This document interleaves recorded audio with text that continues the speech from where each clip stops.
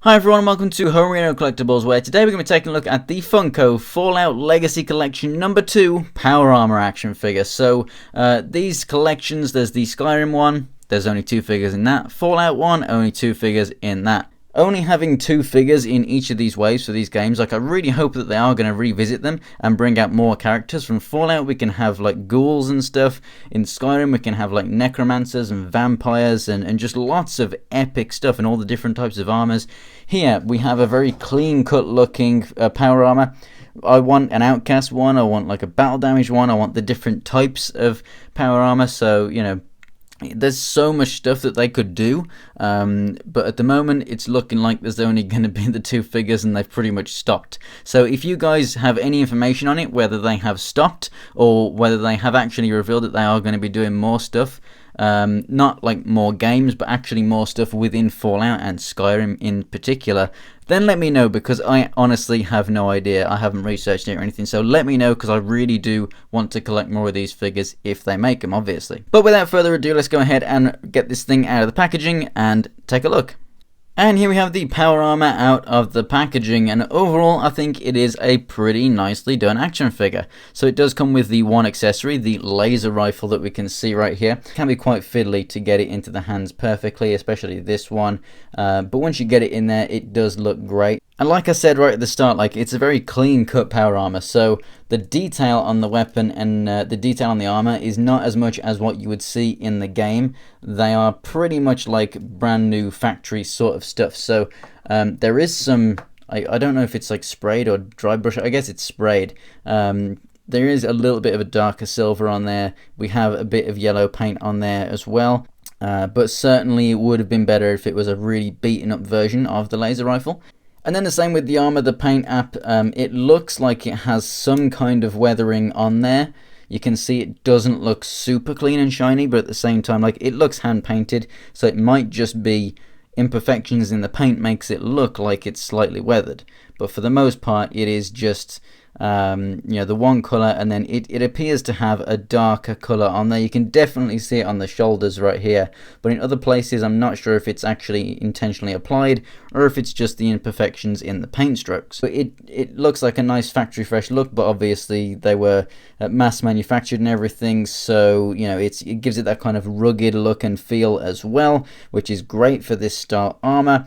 But we all do want to see a battle damage version somewhere down the line, so it looks like the wasteland armor that we are used to seeing. We do have a bit of like a completely different color on here with the breathing apparatus there, and then the black right here for the one of the light sections or whatever that is, and then the visor, which does look superb. It does have raised and molded in detail, so it looks really epic. They've pretty much got every single bit of detail on there that you would want. And it does stand about 6.5 inches tall, so it will stand well with a lot of your 6-inch range action figures. Obviously, next to Marvel Legends and stuff, it should be a lot bigger if it were to be, you know, a full-on size power armor, but maybe DC Icons, it'd be a little bit of a better scale choice.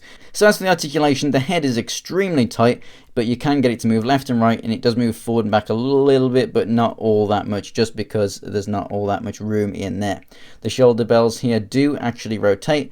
This one is extremely stiff, and it kind of stresses the plastic a touch right inside there when I try and move it up much further, but they come packaged down like that, and you can just spread them out a little bit, and there's a bit of room there as well so that you can still move the arms up. They are connected to the shoulder, so they don't hinder it rotating around. And then we have a rotation and a hinge right here at the elbow, just like a female Marvel Legends figure does, and then the hinge and the swivel. We have the ball jointed waist, so it can move forward and back and left and right and everything, so the crunch and everything in rotation is all fantastic. So far, essentially it's got the same articulation as a female Marvel Legends figure. And then the hips, we have the large cutouts right there, enabling them to move forward and back really well, rotate really well, go out to the side pretty well too. And then we have double jointed knees, which the first joint pretty much does nothing. You can see it barely moves.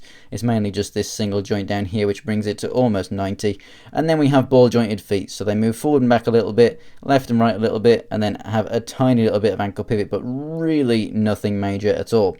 So overall, I really do like the look of this figure. If we do ever get a battle damaged version, I would prefer it to be remolded as well as repainted, so that we get a lot of actual damage in there, maybe bullet holes and stuff like that, and dents and stuff.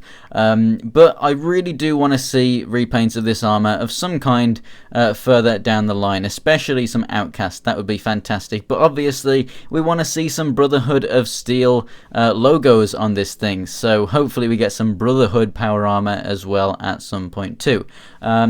This thing looks absolutely fantastic. The articulation is great, especially for a bulky armored figure as it is. It doesn't really have any downfalls in terms of articulation. It does exactly everything that you would want it to do, because the actual guy in the game is not exactly the most athletic and agile person in the world, especially when wearing the suit as well. So I think that this figure accomplishes everything that they have set out to do, and it's an absolutely fantastic one. If you're into Fallout, I definitely go ahead and recommend this thing. So thanks for watching, guys. If you enjoyed the video, go ahead and give it a like. I do actually have a couple of the Skyrim figures, so I will be getting those reviews out to you soon as well. I'm not going to be getting the Lone Wanderer from this wave, though. If you want to see more pictures of anything else from my collection, check out my Instagram. It's Homerino123, and the link is in the description below. And for more reviews, go ahead and subscribe. So thanks for watching, guys, and I'll see you next time.